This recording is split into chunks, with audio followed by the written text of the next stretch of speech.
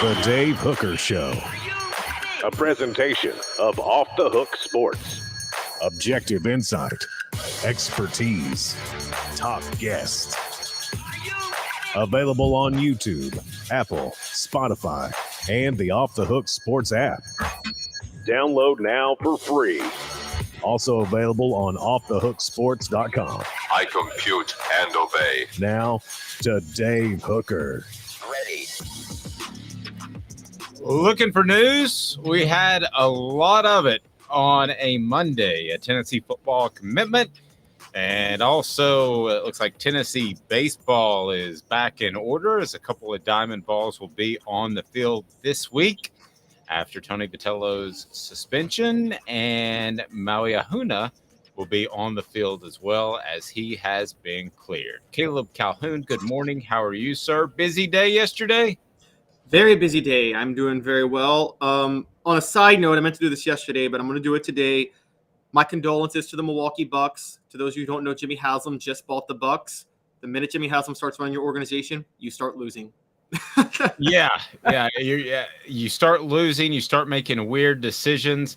The only people that should be more afraid of Jimmy Haslam than a professional sports team might be minority convenience store owners, which you rob tens, if not hundreds of millions of dollars from. But other than that, he's a great guy. Or an investor, because he'll lose all your money too if he's running the show. Yeah, but I say it's good for Tennessee because as long as the Haslam checks keep coming in, it's better for him to fill his day with other things. I mean, I'm serious when I say that. It sounds like a joke, but I will tell you that he is as long as he's messing with whether it's the Bucks or the Dolphins or the Browns or the Patriots or the some Major League Soccer team, that's good news for Tennessee because then he's not meddling with the Vols. So I don't care if he sponsors a pickleball team, that is good news for Tennessee. I agree. The more things he has his hands in, the better, because the further away from Tennessee he stays, the better off the program is. You can track the fall of the football program to Jimmy Haslam having more control over the football program. They line up, and that's not a coincidence. Well, and his dad was so great, too. He's the exact type of big booster you want. He doesn't throw his weight around. Now, major decisions certainly ran through Big Jim, but it wasn't a scenario in which he was meddling all the time like Bobby Louder for years at Auburn, and I could go on and on and on. There are other examples, but that's not the case at Tennessee. The case at Tennessee, and Smoky Mountain Red wants the good news, so let's go ahead and get to that. And the good news is at Tennessee is, despite those of us who might be a little conspiracy theorist and get concerned, ultimately Tennessee gets their baseball team back in Ahuna, and they get Tony Vitello back as well. So a big day for the Vols, and the fact that it wrapped up that quickly has to be encouraging, Caleb, because I wondered if this would drag past a Monday. I'd been told that they'd have an announcement Monday, but I kind of wondered. I made some parallels with the Bruce Pearl situation, but I don't think it's going in that direction. Still, there could be more things that come out. But ultimately, what did you think about the way things panned out for Tennessee? I thought it was very significant, and please hit that like button. We would greatly appreciate it. It looks like Tennessee's got everything cleaned up at this point. Yeah, and I got to give you a shout out. You kind of called this yesterday, and I'm going to say I think you were right. It looks like Tennessee just felt there was no harm in throwing Tony Vitello under the bus for a little while if they had to. And quite honestly, if you're going to throw a coach under the bus, baseball's not a bad sport to do it, because let's compare baseball, basketball, and football. Now, I'm not talking about running a program, but in terms of in-game strategy, Dave, let's be honest, baseball is like the least important for the coach to be on the sidelines or in the dugout when that's happening. You don't really need your coach on the field. You play the same either way, I feel like, unlike basketball or football. So you can afford to suspend your coach in baseball, and gets them out ahead of this. I think that it was a way to send a message to the NCAA that we're handling this. And yeah, I think they come out looking okay because of that.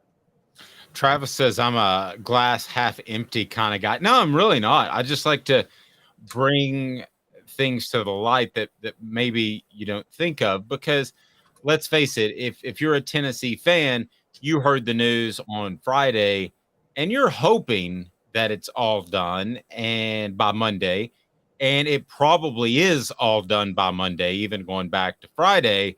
And but I'll say this, I've seen these situations explode before, and I think there's a 1% chance that it could continue to happen. But here's the thing: I talked to somebody that had really strong ties with Tennessee's baseball program yesterday, and that is this is something that Tony Vitello is going to have to deal with, and I don't think he cares. Okay, but there is nobody in the baseball community that feels sorry for him. There is nobody in the baseball community that would not provide a tip to get him in trouble. I'm specifically pointing the finger at Arkansas, where he's got ties there. Vanderbilt, which dominated the state and was incredibly unfair in the way they were. And I know a little bit about this because my son's trying to get into Vanderbilt. The way they're able to offer financial aid. I mean, basically, you could get a quarter of your scholarship paid for, your school paid for at Tennessee, or you could get a full ride at Vanderbilt. You've got to be a pretty big UT fan to pass up that education at Vanderbilt that's completely paid for. And they found a loophole. So I think Vanderbilt doesn't like Tennessee and what they're able to do with transfers and what they're able to do with NIL money. I don't think Arkansas likes Tennessee because of the ties there. I don't think there's any love lost. So in the baseball, college baseball community, there are plenty of Tony Vitello enemies, and that's not going to change. But he just has to kind of walk the straight and narrow, and he'll be fine. Yeah, and we've covered enough coaches in all sports in the past to know that you have to be careful when you make enemies, because I'm thinking in my mind, all right, Dave, I'm going to throw out 3 names to you, okay? And I want to know if Tony Vitello, who he strikes you the most like. We said Bruce Pearl yesterday. That's one, right? We also said I'm seeing remember Will Wade at LSU, how much he rubbed people the wrong way in basketball? Mm-hmm. And now those are the worst case scenarios. Best case scenario is Steve Spurrier, who rubbed everybody the wrong way, but kind of everybody likes him now. Yeah, Will Wade is an interesting one because I believe, from what I was told when he took the LSU job, that he was ready to cheat. So that rubbed a lot of people the wrong way. They thought he was an up-and-coming coach, and they thought that he was going to be able to pick a job where you didn't have to cheat. In basketball circles, LSU is a program that you have to cheat to win. And so they were very disappointed, and then it turns out he did cheat. I don't think Tony Vitello is cheating. I think he made a boo-boo with the Maui Ahuna thing. I think he probably contacted him at the wrong time. Now, John asked a question on the message board, and John, I'm just going to be real honest with you, and Caleb's learned this about me. I'll tell you stuff I know, I'll tell you stuff I think, and I'll tell you stuff that I'm really not sure about right now. So John says, was Vitello's suspension involving Ahuna? Thought that was a class 3 violation and usually don't involve suspensions. That's true. I can't tell you 100% that they're tied together. Now, the timing would make you think so, but not exactly, because Ahuna was held out the week before, and then came the Vitello thing. So I can't tell you 100%. I think that would be it. I think if you're a Tennessee fan, you hope that would be it. So that leads me to the next question. Why would you suspend Tony Vitello if it's just a class 3 violation, which is pretty low in the totem pole? Well, it's because your football team is under investigation by the NCAA, and you just want to go to Tony Vitello and you say, hey, buddy, we got your back. I want you to know this. We need to suspend you if that's okay, because football's still under the microscope. That's what I believe. Can I tell you 100% certain on this day that that's the case? No, but that's what I believe, Caleb. Do you think that makes sense? Yeah, I think so too. And I think for the reason I was bringing earlier, because again, you don't really suffer when you suspend your coach in baseball for games. I mean, coaches, it's not like Tony Vitello can't tell his pitching coach what lineup to set or who to start ahead of the game. It's not like he can't do it. Any strategy, 95% of strategy in coaching in baseball is before the game. You don't really need to be in the dugout except for when you determine to take a pitcher out. And that's pretty much it. And so, I mean, yeah, I think it causes them no harm to suspend them in a non-SEC series for 3 games. You're right. The football program's under investigation. This was all about getting out ahead of things, and they all kind of agreed on it. And I'm with you. I don't think Tony Vitello cares that he got suspended, quite honestly. So I think they're all in on this together, just like you said, to save the football program. Can I pull back the curtain a little bit? And if you guys don't mind on the message board, so for those that think I'm a glass half full type of guy, listen, we even going back when we started June the 6th, we got a tremendous response on baseball. So we had a record day in terms of number of clicks on a Sunday, which was bizarro. So anybody that thinks I'm against Tennessee baseball, you're crazy. Something to talk about in April and May. Caleb, I'm down. I might become a donor for Tennessee's baseball team. Keep it rolling, baby. Yeah, in particular unless you have an entertaining college basketball team, which Tennessee does not have, it's hard to even talk about college basketball and keep up the clicks until March Madness. And so, yeah, if baseball's doing well in February, we all want to see it do well. And you're right. We benefit, guys, if Tennessee goes to the College World Series. That's something for us to cover, and that's more clicks for us. So, yeah, we don't have it out for Tennessee baseball whatsoever. No, and Smoky Mountain Red said Danny White was the athletic director, said, look, buddy, take a few days off with pay. That is the optimal scenario. Okay. And do I think there's a good chance that happened? Yes, I do. The bigger concern would be, if there's something else out there and that's how they reacted. I had a question. The segment with John Adams has been nixed. No, it has not. John will be with us. He's got some things to tend to, but we're looking forward to having John each and every Tuesday. So let me go ahead and as we look at this baseball situation, I want to get to a very special segment that we love in honor of Norm Macdonald. You're like, why Norm Macdonald? Because he had a sports show and he had a segment called What the H, and Norm Macdonald's the funniest man that's ever walked the face of the earth. And we're going to get to Tennessee's commitment, by the way. But this program and What the H brought to you by City Heating and Air Conditioning, cityheatandair.com. City Heating and Air Conditioning integrity matters. When we come up on those cold days and maybe your HVAC unit isn't doing exactly what it should, then with City Heating and Air Conditioning that they will take care of your unit. You may not need a brand new one. Other people are going to tell you that. So What the H brought to you by City Heating and Air Conditioning. What the?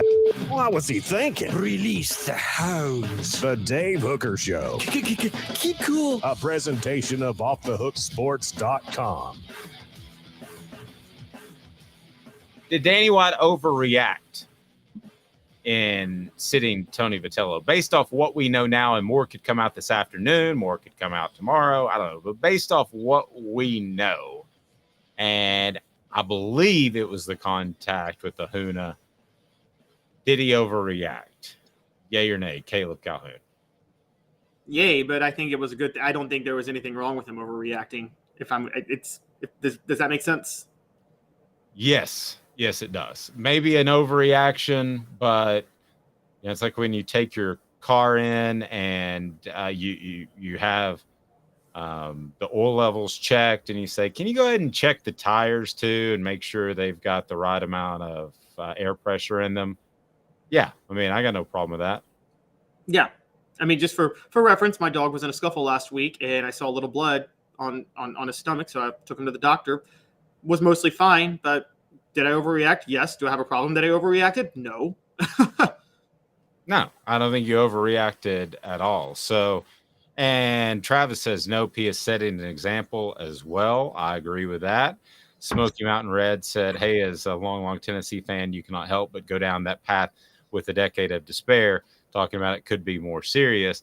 Again, I don't think it is, but certainly if it wasn't announced as early as it was on Monday, I would be on this show right now telling you that I think that there could be more. But I don't think there's more. I think that's it. I think it would be an indefinite suspension if it was something serious. And remember, they held a big press conference for Pearl and all that. And he came back and coached for a while, and news just kept coming out. And that fake crying that he was doing in that press conference, that really ugly cry Yeah, that was quite the press conference to behold. Let's get to some recruiting as, again, a busy news day yesterday as Tennessee picked up a big-time commitment. It's Talking Cruton, and it's brought to you by our friends at crafttreats.com. Go to crafttreats.com for the CBD-infused pet treats that will help with your pet's anxiety issues. They'll help with your pet's arthritis. They'll help with your pet's digestive issues. Use the promo code Off the Hook. Promo code Off the Hook. Get 20% off. Crafttreats.com. Crafttreats.com. If you're not looking for the CBD version, they have great holistic medicine across the board. Talking Cruton, brought to you by crafttreats.com. Use the promo code Off the Hook. Talking Cruton. Am I right or am I right or am I right? Who's on Tennessee's board? The names you need to know exclusively on Off the Hook Sports with Dave Hooker. Tennessee picks up a big one, a 4-star prospect that certainly fits into Josh Heupel's scheme. What receiver really doesn't? But what were your thoughts on Tennessee picking up J.J. Harrell after a weekend of a lot of recruiting action in terms of camps? And there was an Under Armour camp, and there were a lot of contact that I think technically it's a dead period, but you can still Facebook and Twitter message people, even though you can't text them, which is always the dumbest rule ever. But J.J. Harrell of Mississippi became the Vols' 5th commitment of the 2024 class. You can read more about it on offthehooksports.com. Don't forget to download the app. It is available on Apple and Android. What do you think of J.J. Harrell? I think this is significant because let's not forget what happened with Mazio Bennett last year, who was a 4-star receiver in the 2024 class, was committed. Tennessee loses to South Carolina. Alex Golesh leaves. Mazio Bennett's from South Carolina. He decommits, and he commits to South Carolina.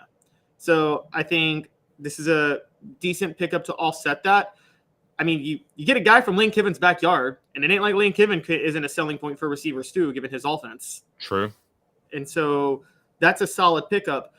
I think that it looks like he's going to play more wideout. We're talking 6'2", 185 right now. You could probably see him get to 6'3", 6'4 maybe, and hit the 200-pound mark by the time he gets to college.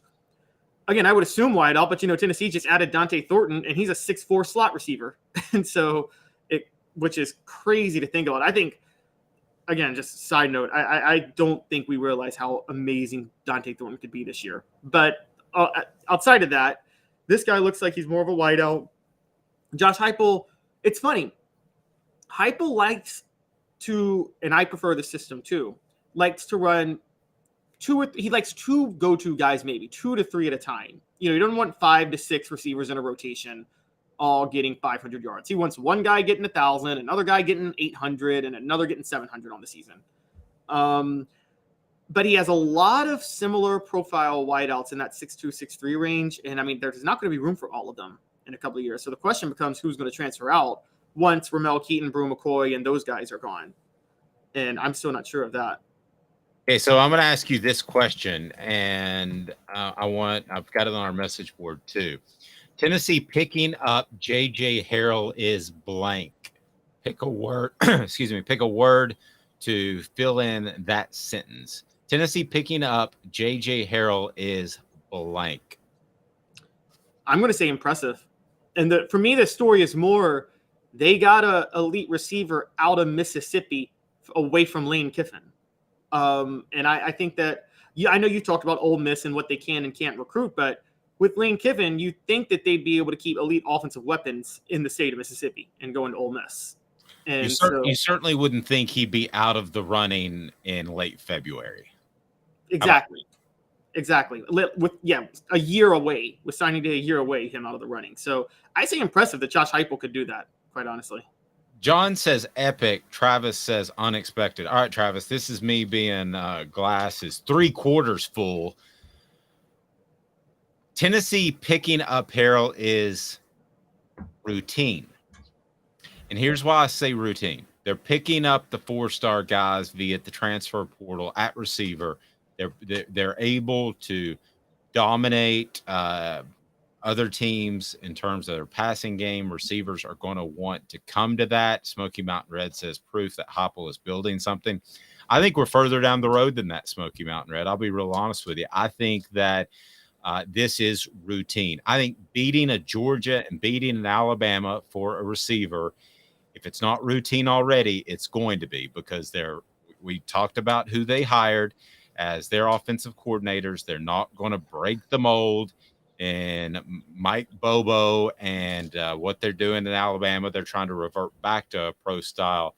This is going to be routine.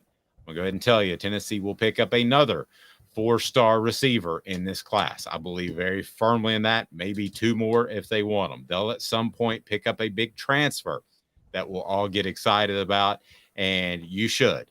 When it comes to receivers, Tennessee picking up this type of player is routine. Caleb, what do you think of that? I think you're right.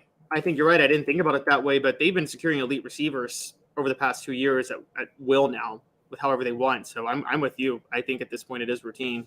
And so this year's going to be interesting, because this year's going to be the first year where the primary weapons at receiver are mostly guys that Josh Heupel signed, excuse me. You know, Cedric Tillman was a Jeremy Pruitt recruit, and Jalen Hyatt was a Jeremy Pruitt recruit. So we're going to see this year, Brew McCoy, transfer Josh Heupel went after. Dante Thornton, the transfer he went after. Squirrel White, a Josh Heupel recruit. The only one that he didn't sign among this crew is Ramel Keaton. So this is going to be interesting to watch this year, to see what happens with the guys he's targeted over the past few years. And I gotta tell you this too. More so from the attitude standpoint, but just from, or more so from the playing standpoint, I think the attitude standpoint changes. When I talk to guys like we do with Cooper Mays and Jacob Warren, and I talk to other guys, that I just sense this optimism around this class. You mentioned Tillman. I'm not throwing Tillman under the bus, but he did not have the impact we thought. A lot of that was because of injuries, but he just didn't seem, there's a couple of times I thought the body language was good. We know what happened with Jeremy Banks. I think Tennessee gets an upgrade by indoctrinating these individual players into Josh Heupel's mindset more so than trying to transfer people over. I mean, let's face it, if you show up for Jeremy Pruitt and you realize that it's a total train wreck, you can't help but become a little bit jaded, Caleb. Oh, I agree. You're absolutely right on that. And I mean, with that first year with Josh Heupel, you have to wonder, like, there is a little bit more of, I kind of got to just get mine and focus on the NFL at this point and focus on what I can do, because there's nothing really to play for. Luckily, there are some football positions where you can do that. Cornerback is one of them. Cornerback is with Alontae Taylor. I'm not saying Alontae Taylor's that. I think Alontae Taylor very much cared about the team at Tennessee. He was a great guy, but I think with cornerback, that's a position where you just have to do your job. You don't really have to make any sacrifices for anybody. Safety, you got to make some sacrifices if you want the team to be good sometimes, which Trayvon Flowers did. On the receiver front, we talked about this. You're right.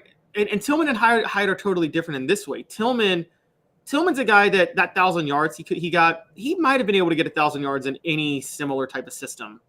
I think last year, Jalen Hyatt, that was all Josh Heupel scheming, all Josh Heupel. And so I think that these guys, now that Heupel's recruited, it's going to be interesting to see where they kind of fall.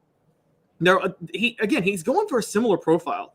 Outside of Squirrel White, Dave, do you notice that Heupel's, I'm only invoking his name from an X's and O's standpoint, not a character standpoint. Heupel seems to be going the Hugh Freeze route, where he really wants the bigger receivers across the board. Maybe. Hugh Freeze always judged a player by his ankles. He always wanted to see ankles. I know that sounds incredibly weird and creepy, but it kind of sounds like a Rex Ryan thing with the feet? But it's not that. He wanted to see the size of their ankles and how big that they could grow into. So maybe Josh Heupel is evaluating ankles. But Tennessee in their 2024 class, it's 8th overall. And Jonathan Eccles, the athlete out of IMG Academy. Again, I can't tell you how important it is to have a tie into there. Is the highest rated prospect, just above Harrell, wide receiver out of North Panola High School. Then Caleb Beasley, who obviously had a tie to Tennessee with his Was it brother or cousin? It's brother, correct? I thought it was cousin. Is it brother? Is it cousin? Cousin. I could look it up. I'm not sure about that. So out of Lipscomb Academy in Nashville is another 4-star, Marcus Corey Jr. out of Cleveland, Tennessee, another 4-star. So right now, Tennessee has 5 commitments for the 2024 class, and 4 of them are 4 stars. Then Carson Gentle out of Macaulay School here in Chattanooga is a 3-star prospect. So Tennessee's off to a fantastic start, and I can't imagine it slowing down anytime soon, because I think they're going to have a fantastic season this year, and I just don't foresee them not having a class that's knocking on the door of a top 5 class, barring something insano happens. Falcons just released their quarterback. Come on down, Hendon. I didn't see that. So, man, I saw a projection where the Cowboys love him. And by the way, all of the draft news is bull. It's smokescreen. We all know that. But I literally pray for Hendon Hooker that he doesn't go to my favorite team, the Dallas Cowboys, because they are a train wreck annually and have been for roughly the last 30 years. So I hope he doesn't go there. Oh, it was Mariota. I hope good things for him. What? It was Mariota they released. So Marcus Mariota, the Falcons released him, which I'm a Titans fan, and I was not a fan of Mariota when he was drafted. That's honestly, now that we say Mariota out loud, Dave, that's kind of a fear that's who Hendon Hooker could be. Really good guy, but the system doesn't know that he played in college may not transition to the NFL. We'll have to see. But yeah, I hope it works out better for him than it did Mariota, who I really like coming out of college. 2 minutes, and we are back. Coming up, we are going to dive into, should Tony Vitello change just a little bit? And also, are you in favor of a mega conference? More after this. 2 minutes off the Hook Sports with Caleb Calhoun. I'm Dave Hooker. Family has been creating jewelry since 1986. Each piece unique, with a story all its own. I'm Rick Terry with Rick Terry Jewelry Designs.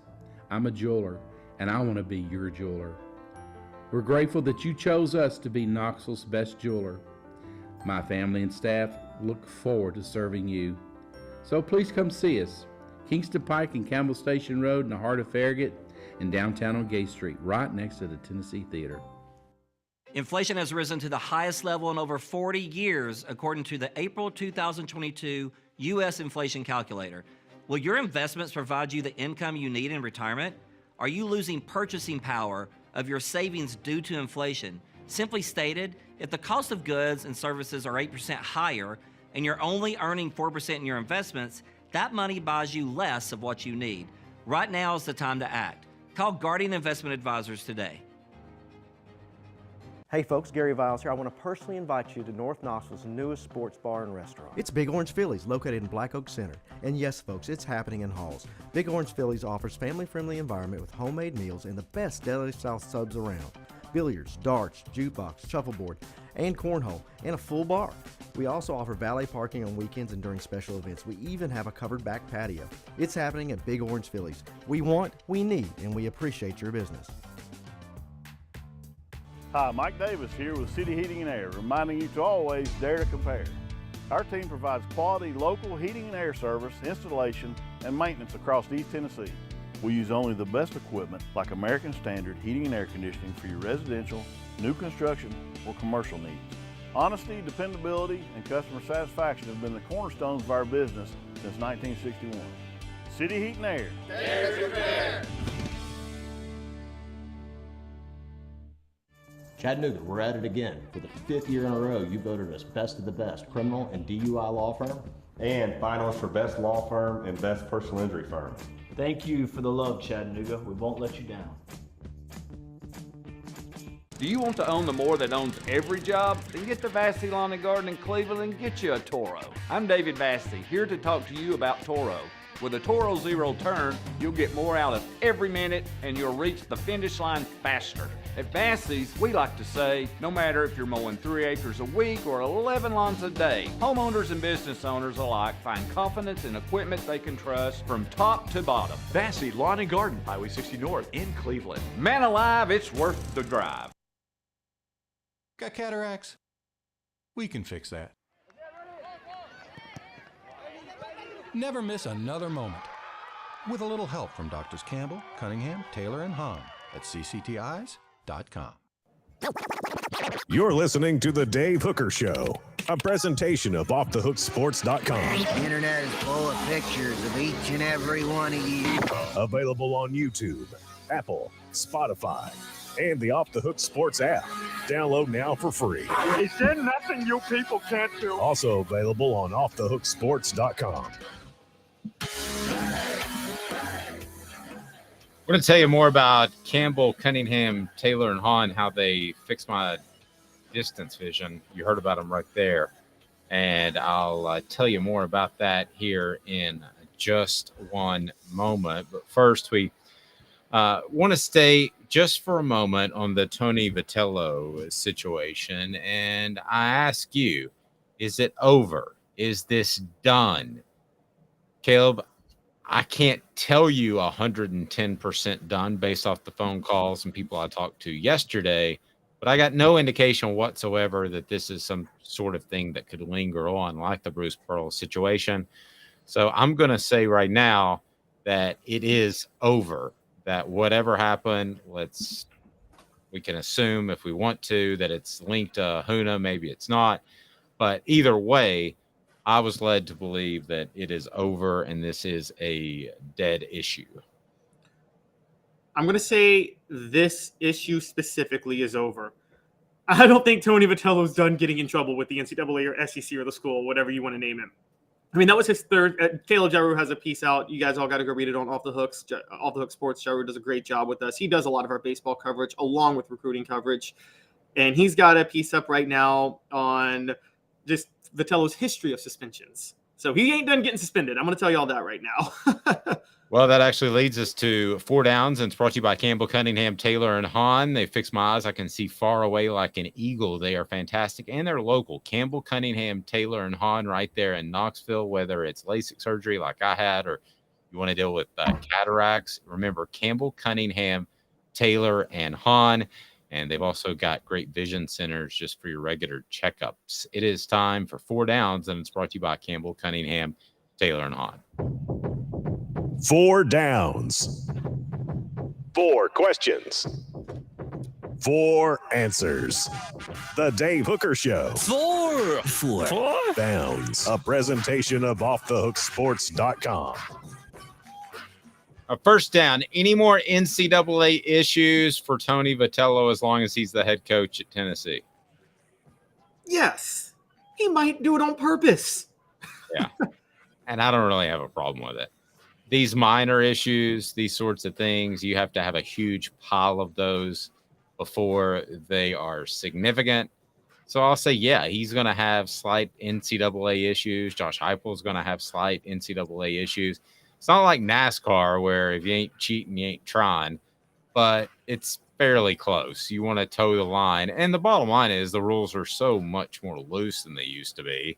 I mean, you really have to push it to even cross the lines. But will he have more NCAA issues? Yeah, I think almost any successful coach will. Second down, as we talk about Vitello possibly changing a bit and changing his coaching style, will we see any more one-finger salutes running around second base, which I think that most people would agree, weigh in on the message board. I think most people would agree that that was the one really egregious celebration that went over the top. It was caught on the camera. It was played over and over and over. So the bird, will it remain moving forward? I don't think that's going to remain. And the only reason I think Tony Vitello is going to cut down on it is he doesn't mind the brashness, but I will say that he's gotten it to a point to where, look, if the NCAA can make an example out of somebody where they have they're within their rights to come down really hard on a coach, it'll be Tony Vitello. I think those are gone. I think the days of those are over. I think it was a group that fed into its brashness, a special group. Some of that's good, some of that's bad last year. But I don't think you're going to see the one finger salutes. I don't think you're going to see anybody flipping the bird, going around the going around second base. I think you're going to see that dialed down, which leads me to third down, bumping umpires, be it him or one of his assistant coaches. Is that over? Yay or nay?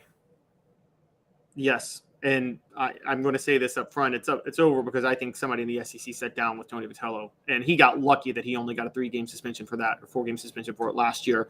I think if you make contact with an umpire or a ref, I mean, that's borderline suspend for the whole year, honestly, because that's a horrible offense to me. Yeah, I think that's done too. Celebrations in general, fourth down, will they continue under Tony Vitello? Oh, yes. Yes. Absolutely. And I got no problem with that. Please hit that like button. We greatly appreciate you hit that like button. It helps us open it up to more viewers. I just the fine line to me is pretty simple, and it is: do the celebration in the dugout. If you bat flip it, it doesn't need to go over your head. Okay, which I have no problem with the bat flip. If you ever watch Japanese baseball, their major leagues, I mean, that's part of the celebration, and it's kind of cool. But until that changes in the United States, the bat flip thing needs to be lower than your shoulders, no more one finger salutes, and celebrations are just fine by me. I got zero problem with it whatsoever. There needs to be some sort of line you in the sand that you can't cross or you don't cross, and I think that's the next big bat step. flip though. I mean, like this. I'm sorry, but worrying about a bat flip. This is why baseball has fallen behind football and basketball in popularity in America, among other things. I mean, this would be like, again, we act like that. We're so angry about bat flips. In 1933, whatever, Babe Ruth called a shot, and so was that not classless and trash talk back then? I mean, I'm sorry. I think baseball is way too purist sometimes, getting mad at the bat flip. No, I mean, but there has to be a line at some point. You don't want to flip it 30 feet in the air, right? No, okay, yes, but like over the shoulder, like if you swing the bat and you hold the bat up here and then you drop it, I mean, like, come on, let it happen. My favorite player was Ken Griffey Jr. growing up. Griffey always had a tendency to admire his shot after he hit a home run. If he knew it was gone, he would look at it for a couple of seconds before rounding the bases. Some of the rules are so incredibly stupid in baseball, the gentleman's rules, and watching your shot and getting beamed the next time, in which you could potentially kill somebody. I mean, we're talking about a 95 mile an hour pitch. Some of the rules in baseball are so stupid, and that's why I really enjoyed this baseball team last year. Is I thought they pushed a little bit too far, but they pushed, and I liked it. Yeah, that's why I'm pro charging the mound.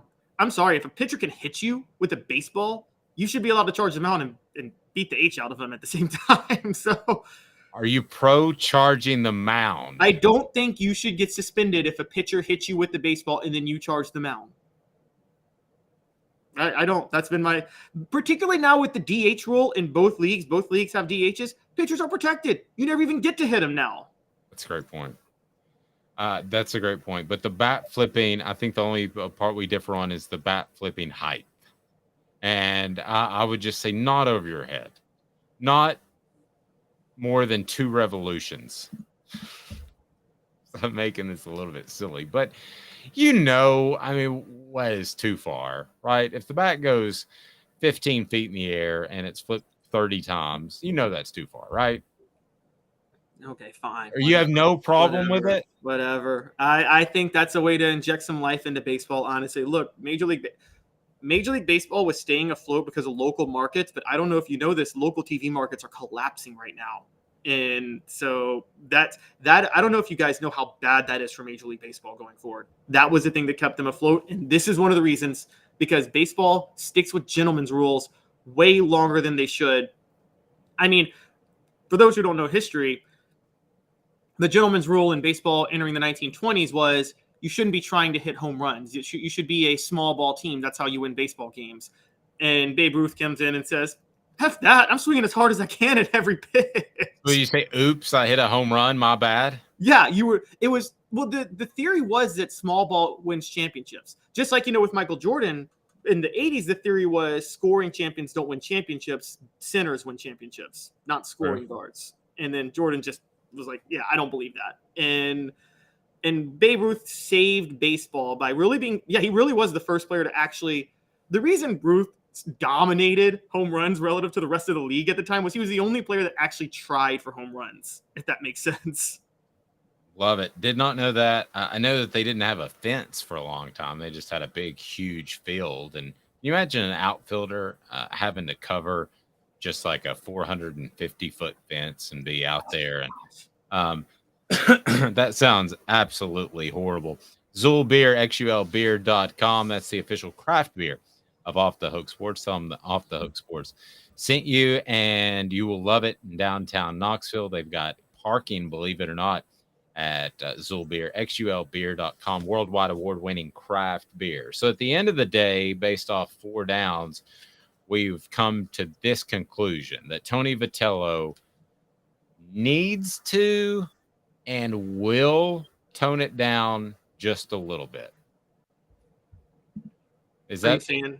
I'm asking you, is that where we are? Are we both on the same page? If last year was a 10, okay, and when you get an assistant coach thrown out of, was it the regional or super regional last year? When you get a coach thrown out of playoff time, you're at about a 10 or 11 on my scale. That's a little too far. You're right. You know what we are right now? Okay, here's a reference. You've seen Happy Gilmore, right? I have. When Julie Bowen's character, his love interest, comes to him and was like, you can still have fun, but you just got to dial it back a little bit. No throwing clubs, no swearing, no hitting other players. No, that's exactly what it is. So I think that Tony Vitello, can he still have that appeal, though, as the second Happy Gilmore that is slightly dialed down? I think he can. I think he needs to grow the beard back. I don't judge on this, but I've talked to a lot of females who think the beard needs to come back. Okay, well, maybe that's, is he married? I believe so. Well, maybe that's why he shaved the beard. Maybe his wife is tired of the females coming after him. You can tell pretty quickly, because I tried the beard thing from Christmas to late January. You can tell pretty quickly if it works or not. Mine did not because it was white, but Caleb's rocking the beard. But it's an individual choice, and you're able to look at it. I will say this. I think the beard works for him. I would go back to the beard. I agree. He does have a baby face, though. I mean, I've noticed that without it. Whatever it is, the ladies love it. So there you go. We think Tony Vitello dials it down a little bit. LLTV. What is that? Instead of LL Cool J, LLTV. Ladies love Tony Vitello. They do. And it's really, really over the top. There's even earrings nowadays that have Tony Vitello's face on them that you can wear. Wow, that's great. Vassy Lawn and Garden, man alive, it's worth the drive right there in beautiful Cleveland. I don't care if you're in Nashville, Knoxville, or Chattanooga. Vassy Lawn and Garden will take care of you, and they've got industrial mowers, commercial mowers, and they're just absolutely phenomenal. And with their ability to buy in volume and in bulk, you get a better price. And if you're restocking your fleet just in Cleveland, man alive, it is worth the drive. Super Conference is upon us. I told you this would happen. 2 minutes. Are you for it? Are you against it? And we'll discuss. He's Caleb Calhoun. I'm Dave Hooker, Off the Hook Sports. Sun, sand, and salt water, the beach is a very relaxing place. Unless you wear contacts. Ow! Open your eyes to the best the beach has to offer with LASIK vision correction from Campbell Cunningham Laser Center. Ah. Do you want to own the more that owns every job? Then get to Vassy Lawn and Garden in Cleveland and get you a Toro. I'm David Vassy, here to talk to you about Toro. With a Toro Zero Turn, you'll get more out of every minute and you'll reach the finish line faster. At Vassy's, we like to say, no matter if you're mowing 3 acres a week or 11 lawns a day, homeowners and business owners alike find confidence in equipment they can trust from top to bottom. Vassy Lawn and Garden, Highway 60 North in Cleveland. Man alive, it's worth the drive. Hey folks, Gary Viles here, Viles Automotive on Calhoun Drive. I've been selling cars here in East Tennessee for 27 years. In that time, I've come to realize it's not about the car. It's about you, the customer. So I'm here to take care of you just like family. Good credit, bad credit, you name it, we can get you taken care of. If we don't have it, we can find it for you. We go across the country to get any vehicle that you want. And here at Viles Automotive, we don't believe in fake numbers. We just give you great deals. And as always, we want, we need, and we appreciate your business. Hi, Mike Davis here with City Heating and Air, reminding you to always dare to compare. Our team provides quality local heating and air service, installation, and maintenance across East Tennessee. We use only the best equipment like American Standard heating and air conditioning for your residential, new construction, or commercial needs. Honesty, dependability, and customer satisfaction have been the cornerstones of our business since 1961. City Heat and Air. Dare to compare. Chattanooga, we're at it again. For the 5th year in a row, you voted us best of the best criminal and DUI law firm. And finalists for best law firm and best personal injury firm. Thank you for the love, Chattanooga. We won't let you down. Our family has been creating jewelry since 1986, each piece unique with a story all its own. I'm Rick Terry with Rick Terry Jewelry Designs. I'm a jeweler, and I want to be your jeweler. We're grateful that you chose us to be Knoxville's best jeweler. My family and staff look forward to serving you. So please come see us. Kingston Pike and Campbell Station Road in the heart of Farragut and downtown on Gay Street, right next to the Tennessee Theater. Who's this guy? Hello, wizard. The Dave Hooker Show, Who? a presentation of Off the Hook Sports. What? YouTube, Apple, Spotify, and the free Off the Hook Sports app. Back to Dave Hooker. With Caleb Calhoun, we roll on. A lot of Tennessee coaches, former Tennessee coaches, have found jobs elsewhere, and Gene was nice enough to clue us in that Tony Vitello is not married, most eligible bachelor in Knoxville. Of course, Lane Kiffin was married, and that didn't stop him. Portions of the program brought to you by AndyMasonRealEstate.com. AndyMasonRealEstate.com will save you thousands, if not tens of thousands of dollars on your next real estate transaction. And he is just phenomenal with over 40 years in his office of experience in the Knoxville area in real estate. Best prices, best service. It's just that simple. AndyMasonRealEstate.com. Want to get to this mega conference talk, because I think that's what's going to end up happening. But first, a lot of coaches that at stopovers at Tennessee have moved on to other jobs. Some were asked to move on to other jobs. But there's a common theme. Run down the list real quick if you can. There, Caleb. All right, so we got a few. Most notably, Jim Bob Cooter, the Cuddler, offensive coordinator of the Colts. Cuddler. We spoke about him last week. Then Zach Kazani, who's been a receivers coach in the NFL since 2017 now, I think. He was Butch Jones's receivers coach, is now landed a job as the Jets receivers coach. For those who don't know, Zach Kazani was the one who found Antonio Brown when Antonio Brown was just a nobody in college at Central Michigan. And most notably to me is Derek Ansley, who's been named the defensive coordinator of the Chargers. Jeremy Pruitt hired Derek Ansley as his defensive coordinator in 2019 after he was the one calling the plays himself in 2018. I thought Derek Ansley actually did a relatively good job those 2 years, so congratulations to him. I don't know that he was as much implicated in everything going on, put it that way, as Jeremy Pruitt and Brian Niedermeyer were. What's the common theme? All were under fired head coaches. No, unless I missed one, they're all going to the NFL, right? Yes, they're all in the NFL. Okay. I don't think that's a coincidence. I was told by somebody who does a lot of scouting of coaches that a lot of these college coaches want to get to the NFL as quickly as possible because the transfer portal has made it so difficult, and also NIL has made it so difficult. So if that's the situation, if that's where you are, do you worry about Josh Heupel at some point going to the NFL? Here's why I would say no. Because even though I think he would be a great fit and do a great job, I think that right now he's so far ahead of the curve, and thank the Spire Group and all the collectives for helping him on the NIL, that he is way ahead of the curve in that regard. He's ahead of the curve offensively as well. And I don't think that changes unless there's some massive shift in the rules of college football. So while other coaches can't wait to get to the NFL to get away from this NIL and transfer portal stuff, Josh Heupel, as much as any coach in the nation, has accepted it, and I think is enjoying the fact that he can reap the rewards from what's going on in this current day and age of college football. So yeah, I think all those guys going to the NFL is a sign that coaches want to get to the NFL and away from college football. But in this particular case, I don't think you should be worried about Josh Heupel whatsoever.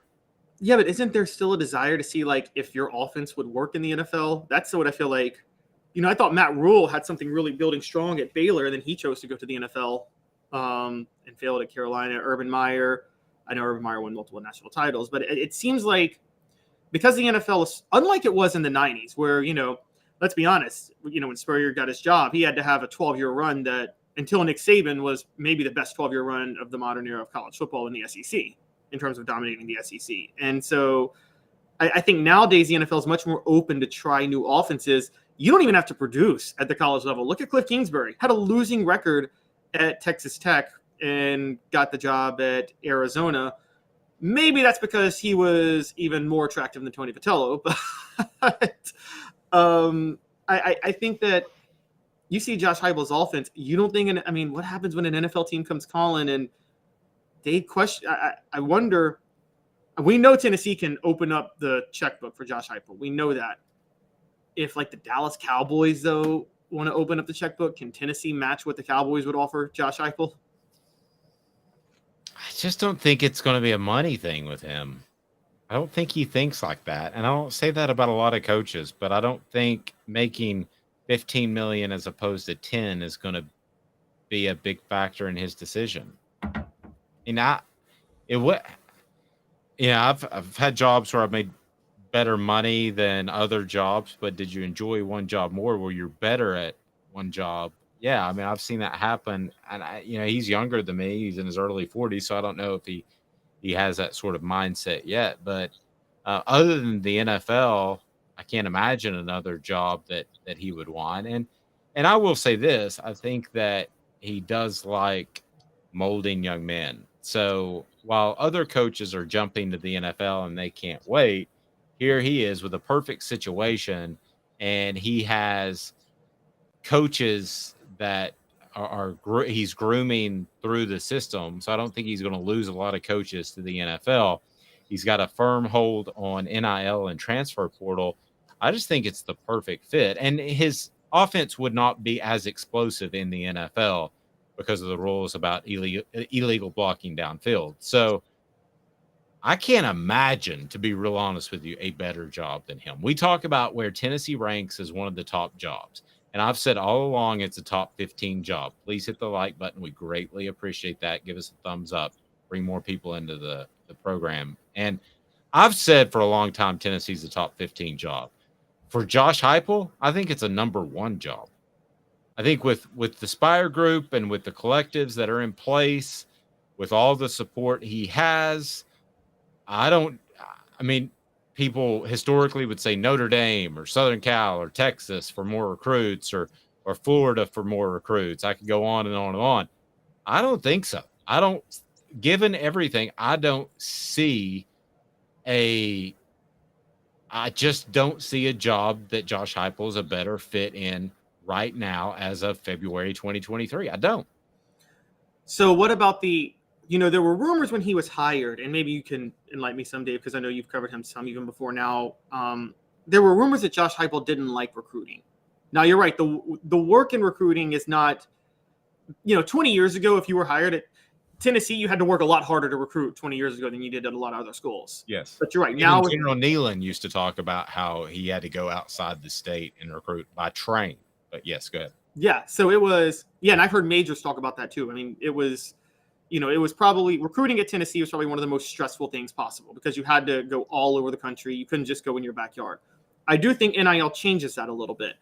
maybe you're right. Do you think Josh Heupel doesn't have to work as hard to recruit as maybe some other coaches do?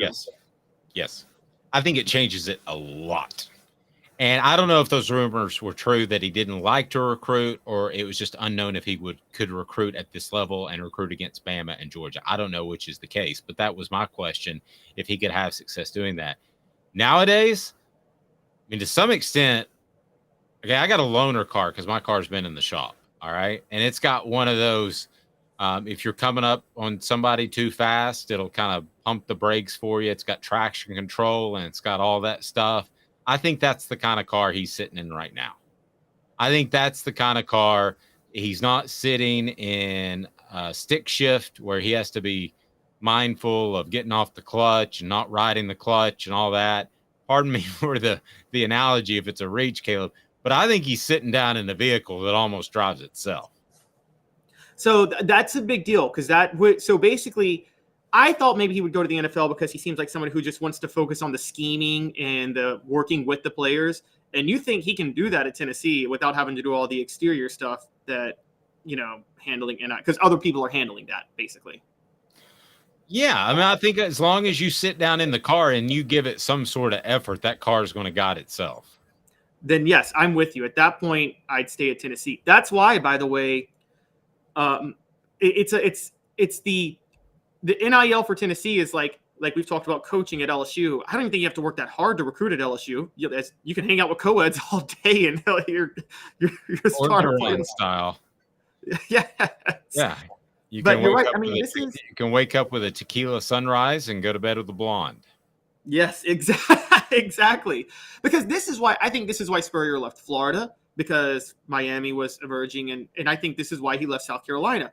We know Spurrier did not like the work that goes into recruiting. He hated it.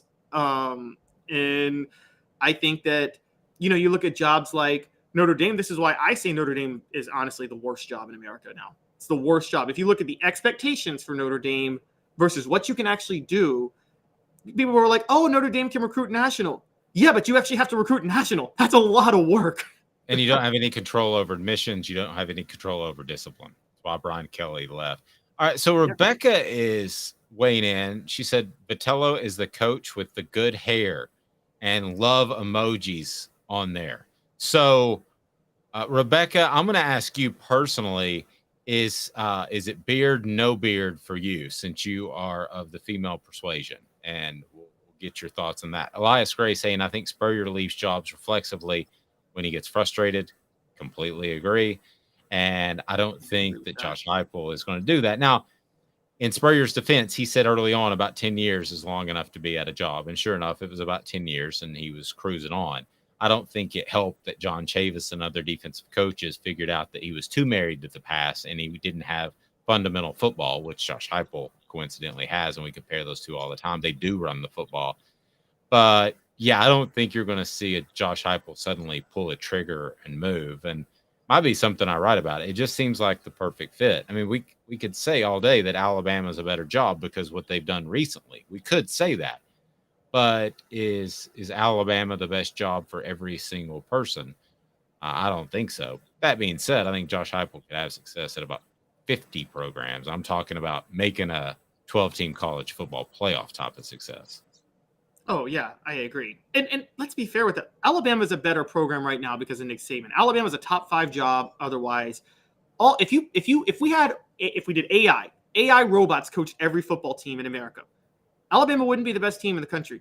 LSU would be the best team in the country. Georgia would be number 2. Ohio State would be number 3 every year. That's just how it would be. Interesting. I'm with you on LSU. For sure, within a couple of years, I think they're going to be really scary with Brian Kelly. The one thing I will say about what Nick Saban has done, and I'm still waiting on you, Rebecca, to say beard, no beard. But the one thing I would say about Alabama is Nick Saban has altered the landscape of high school football in that state. Whereas it used to be middle of the pack in terms of producing talent, I think it's a lot higher now. So, a lot more kids, especially in this day and age, that people are scared of football, and they should be, and that's understandably so.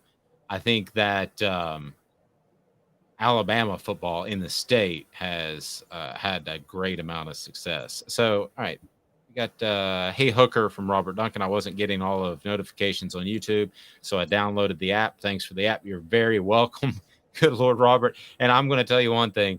It took like 8 months. I've been telling Caleb Calhoun, who's been part or full-time with us, and we love what he does. I've been telling him about this app thing for what, about 6 months, that it's going to be this week. It's going to be this week. So it's finally out, and you can check out all of the videos that Caleb puts together. I love it. I'm very proud of it, but trust me, I did nothing from the technical aspect of it. Rebecca said, as far as the beard, I think he could go either way. Hotter than a firecracker and a great coach. Rebecca, let me ask you this. If Tony Vitello is a 10 on the look scale, because I call him Magnum Vitello. He reminds me of Magnum PI from back in the day. I'm ready for him to hop in a Ferrari and drive away from Lindsey Nelson Stadium. All right, Rebecca, be honest. If Tony Vitello is a 10, what is Caleb Calhoun? Oh, God. And for the record, let's be inclusive. If you're a man into men, you can also comment on this, too. We don't want to just call out the females. That's true. We do not judge if you want to comment if Caleb's good looking or not before we get into this mega conference talk. Portions of the program brought to you by Zach England of Best from Brock. Zach England is a personal injury attorney in Chattanooga. He'll do a great job. Zach's got your back. Absolutely love it. And you can throw in there if I'm on the scale too, 1 to 10. I've got confidence. Confidence should carry me to at least a 5. Hey, I mean, confidence is a huge thing. I mean, one thing Stephen A. Smith one time said, I got to give him credit for this. He said, when you love yourself, other people want to know what it is about you that you love. That is the most narcissistic phrase I've ever heard in my life. When you love yourself, people want to know what you love. And so then they get interested. Travis says, my God, we've gone off the rails, and we absolutely have. All right. Today's tough question is coming up. First, tell me about all the movements with the Big Ten and the Pac-12, which I think is going to be a conference for about another 5 years, and then the Pac-12 is going to be gone, and we're going mega conference. Okay, so a few things are happening here, and it's on both coasts, by the way, the two coastal conferences, Pac-12 and ACC. We had a report yesterday, or we've had a report this week. Pac-12 is desperately trying to strike some sort of TV deal, and they're all falling through it. It sounded like Amazon was going to be able to come in and save them, but the Pac-12 and Amazon are really far apart in negotiations right now. And on top of that, the Big Ten is still very serious about rating some of these schools, and we don't know which ones are going to go, but we know that Cal, Stanford, Washington, Oregon are massive, major targets for them. And I think they want to get 3 of those schools because they'll probably only need one in between Cal and Stanford. And then they're going to go for Washington and Oregon. Okay. Rebecca, I'm waiting on you to see where we stand on the scale of 1 to 10. If 1 is one's like the Hunchback of Notre Dame, and 10 is Tony Vitello. But all right, here we go. Rebecca says Caleb just needs to grow his hair a little longer, and he would look a lot like Vitello. I was just thinking he looks like Vitello as I was deciding beard or no beard. Look at you. And she just skips over me altogether. Gene says he owns a Maserati. Wow. A Maserati. I wonder if he got that from Harper's. All right, so let's get to today's tough question. Will there be a super conference? And Rebecca, where do I rank on the look scale? Today's tough question. Take a side. Take a stand. The Dave Hooker Show, a presentation of offthehooksports.com. Are you for will there be a mega conference? I'm going to go ahead and start. I usually let Caleb go first. Yes. Yes, I want the Big Ten and the SEC to ultimately combine in some shape, form, or fashion. I want another level of football that's 32 to 40 teams. I want it to be nice and clean like the NFL so we know when games start. You know every Sunday what time the games start. Okay. You know, it's 1 o'clock, 1:05. You know, it's 4:05 or 4:15. You know, at 8 o'clock, there's another one. And on Monday night, there's another one. That's what I've always wanted college football to be like since I was Caleb's age. And I am all for a mega conference. And then you have a playoff of about 12 to 16 teams. But it depends how many teams you have in a mega conference, which this is going to happen, guys. I'm just telling you. And I'm all for it. And I think it will happen. And I think it will happen sooner than you think. I'll put the over under at 5 years. Caleb, your retort, sir. Yes, it's going to happen. No, I'm not for it. I understand your point. No, I'm sorry. Look, Dave, I understand your point because you're looking at it as if there's this way, we're finally going to get to a point where finally all the best players are in one conference and we're seeing the best competition compete against each other. So it's not spread out all over the world, basically. And I get that. I have to say that my issue with it is that I think there was something unique about college football and college sports in general being so spread out to a level where if you didn't win a national championship, it wasn't the worst thing in the world. You could still celebrate a good season. I know. I'm doing that. To heck with that. That's socialism, man. I mean, it's a participation trophy. I get it. Well, I credit Ohio State and TCU for getting there last year. But what I mean, okay, we talk about, I'm just going to give you an example. Let's look at Tennessee, for instance. We talk about some of the most beloved teams in Tennessee history. Arguably, one of the top 5, maybe the second most beloved team in Tennessee history is the '85 Sugar Vols. Now, they didn't win a national championship. They weren't the best team, but we look back on that. But people who followed Tennessee and covered them at the time look back on that season with a lot of fondness for what they did.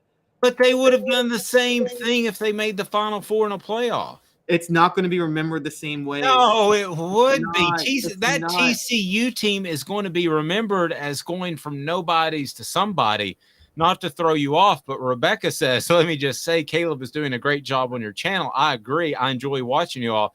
And, oh, Dave, you're a 10. Thank you, Rebecca. And I'm going to hook you up with a Hooker t-shirt. Here is my email. Rebecca, I appreciate that. I needed a little boost this morning. I didn't sleep well last night. Travis says 100% for it along with the playoffs. Let's do this. Let's do this. Listen, if you're Oregon State, you're totally against it because you're going to be an FCS team before long, but you're not. We're covering Tennessee. Let's do this. But we're also forgetting this. Okay, there are so many football programs out there. There are so many kids that like to play college football. Here's the thing. College football, these programs are going to basically disintegrate, not even just go to FCS. They stay afloat because they play these big teams. And there's going to be so many programs that go by the wayside, and so many kids that would love to play college football that aren't NFL prospects are not going to have anywhere to go at this point. And so I'm thinking that's where my mind's at. Like, for instance, everybody hates it. I love the one game. I love the fact that you get one game a year against an FCS school. I think that's good for the SES school. That one game keeps their whole program going every year. And yeah, but see, that football's still going to be there. Our friend Brent Doherty at 104.5 The Zone, his son plays at MTSU. Okay, so there's still going to be places to play, and he supports MTSU, and I think that is awesome. So those programs aren't going to just disappear like the Oregon States of the world, because the Big Ten doesn't want Oregon State; it wants Oregon. Right. Mm-hmm. And they might want Washington, but they don't want Washington State. So I'm sorry for those teams that get caught in the middle, but there's still enough appetite for football where outside of a 32, you are going to have plenty of interest in that level of football and even the lower level of the FCS. So if you had what do we want to call it? Mega conference sounds a little pompous. Sounds like something Stephen A. Smith would come up with. But let's just the All-American Conference. Now there's already one of those. No, it would be an All-American Football League, 2 conferences, and the SEC and Big Ten would be like the AL and the NL or the AFC and the NFC. That's how they would do it, probably. I'm cool with that. With that. But you got to play each other. It's not like the old AL, NL where you didn't see each other until the All-Star game or the World Series, right? You're playing each other. We're going to have an occasional Tennessee, Ohio State, and that sort of thing. Occasional interleague. Well, also, I would do I think the one thing I want, because I want to preserve the rivalries. I think once they get to that point, look, I'm not naive. It's getting there. I at least want them to set up, because people are like, oh, rivalries are going to go by the wayside. Rivalries evolve out of the landscape of college football. You don't preserve rivalries to sacrifice the future landscape. Rivalries are created because of the landscape. So there will be new rivalries that come. Tennessee-Florida wasn't a rivalry until the SEC divisional split. And so I get that. And rivalries are going to have to go by the wayside, and you're going to hear me pound the other side of the drum and say that, you've got to keep rivalries like Tennessee, Alabama, and Georgia and Auburn. But if we're willing to make this major step, then you don't have to do that. Elias says it's going to be a league. NCAA becomes a non-entity in football. That is even better. I love Elias. And I'm just all for this. Okay, and I'm ready. I'm with you. I'm saying I hope that they separate. I hope the Big Ten and SEC. I'm guessing that I don't think it's going to be a 32 team. I think it's going to be a 64 team mega league. Quite honestly, I think the Big Ten is looking to go. Big Ten's probably going to go 24 teams. I think SEC won't go beyond 20, so maybe 45 team, 44 to 50 team conferences. I think they're going to separate divisions. Each of them are going to create their own divisions that will be like what conferences were back in the day. It'll be like an 8-team division within the conference, and that's all your rivals that you play every year. And I think they'll kind of do it like that, which I guess on a side note, I want to point this out, Dave. Here's what's really interesting. On the other side of the coast, we talked about the Pac-12. The ACC, I don't know if you saw, Clemson and Florida State are very unhappy with the ACC payouts. And I don't blame them, by the way. Too bad. Florida State should have joined the SEC when they had their chance. Well, that was a middle finger moment by Florida State because they had been trying to join the SEC so many times in the past, and the SEC said no. And then when they were a top 5 program and the SEC reached out. But you're right, they should have. That was a short-sighted move at the time. I'm just saying this is a big deal going forward. Florida State and Clemson, they're going to do everything they can to get out of the ACC as quickly as possible. No, I agree. And they should. It's horrible. But they signed that terrible contract where they're tied in for the better part of our lifetimes. I mean, it's got like 8 years left. And that's their fault. If Florida State and Clemson get left out and then they're at that second level of football, too bad. Florida State could have joined in 92. And Bobby Bowden came out and said publicly it's too tough. Yeah, Travis has put them in the Big East. No, you know who's going to feel bad about this? Man, Georgia Tech and Tulane, those two leaving the SEC. I don't think they could have seen that going. That was like 80 years ago, wasn't it? Yeah, well, Tulane, it was in the 60s. It was over, but funny enough, former Vol, Bobby Dodd, coaching at Georgia Tech, was behind them leaving the SEC. But yeah, that's because, by the way, there is nothing in it that I can tell you this right now. The SEC is never taking Georgia Tech or Tulane back. Neither school brings anything to the SEC. Right. I can't wait till you go to SEC Media Days and we interview Greg Sankey. And when you sit around him, you'll realize he is 4 steps ahead of what we're thinking. So if we're thinking 40 teams, he's probably thinking 64 teams. If we're thinking add Florida State, Clemson, he's probably thinking Florida State, Clemson, North Carolina, and somebody else. Well, go ahead. It's okay. The problem is, and this is the thing you have to understand. This is the thing you have to.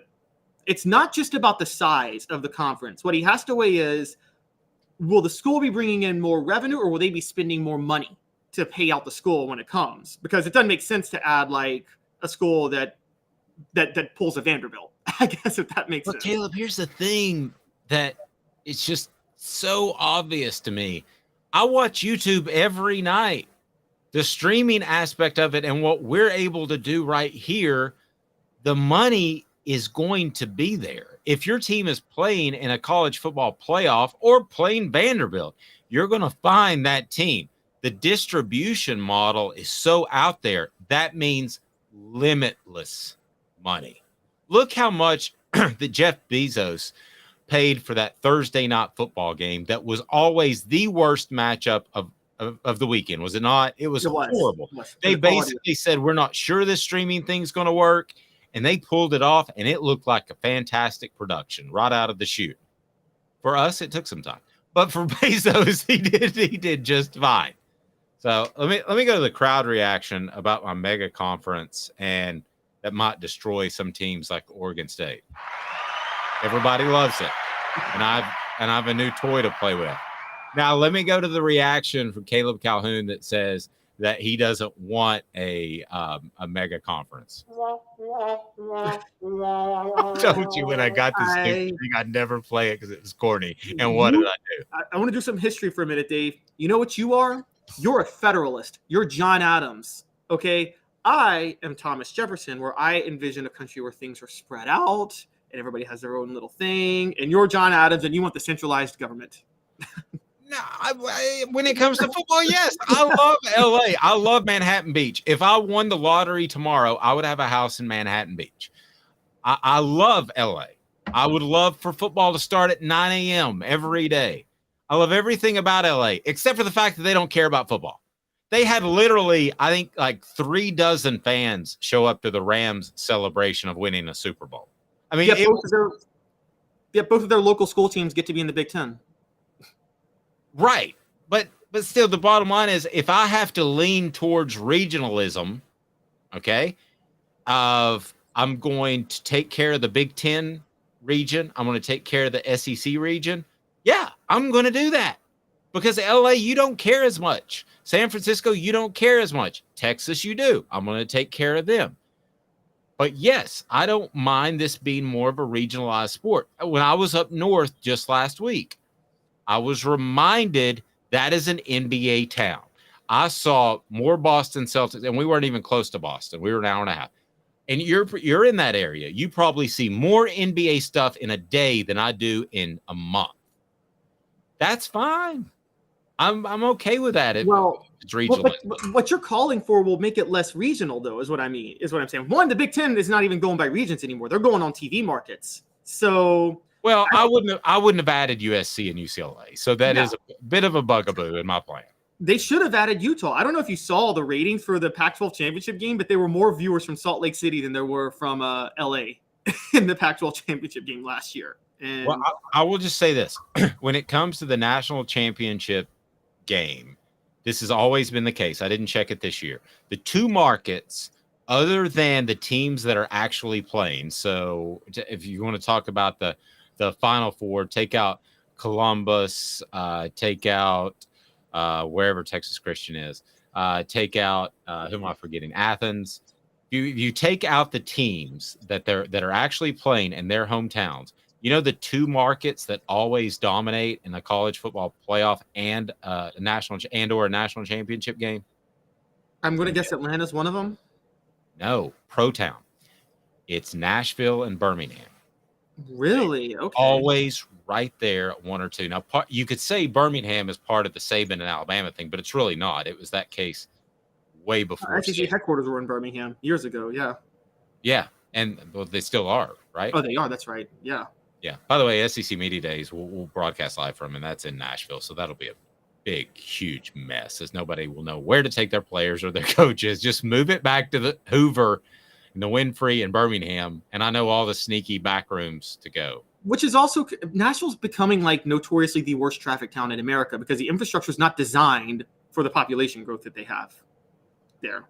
Amen, brother. And I don't know wherever they're going to hold it. I don't know the sneaky little hallways to get into all the private rooms that the SEC teams hold. Hooker looking for the private rooms in the sneaky hallways. I am. I walked into one, and Michael Bennett, who's the sports information director at LSU, said, "Hey, Dave, how are you?" I said, "I'm great, Michael." And then Ed Orgeron goes, "What's up, Hook?" And I was in. So I got my exclusive with Joe Burrow and Ed Orgeron while everybody else is downstairs elbowing each other. And Ed Orgeron is probably like, this wasn't what I was thinking when I said I was going to meet a hooker. And I walked away and thought to myself, I cannot imagine him hoisting a national championship trophy.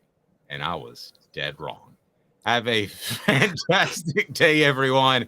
But I did say the Joe Burrow kid is something special based off a conversation. Without seeing him play, that's one of the few times I've ever walked away and said that Joe Burrow is something special. He's kind of the John Moran of the NFL, though, right now, meaning maybe not him, but the Bengals just talking a lot, and they haven't won anything yet, so they might need to dial it back. Kind of like Tennessee baseball. Oh, gotta win. Yes, that's a topic tomorrow. Jot it down on your reporter's notepad. He's Caleb Calhoun. I'm Dave Hooker. Big show tomorrow, Ron Slay. And is it put up or shut up time for Tennessee baseball? Download the app. Hit that like button one more time if you can. And don't forget, Rebecca, I put my email in there. I'm very happily married, so it's not some sort of move. But I will hook you up with a Hooker t-shirt for saying I was a 10 on the look scale, which is a lie, but I appreciate it. Have a fantastic day, everyone. This has been a presentation of Off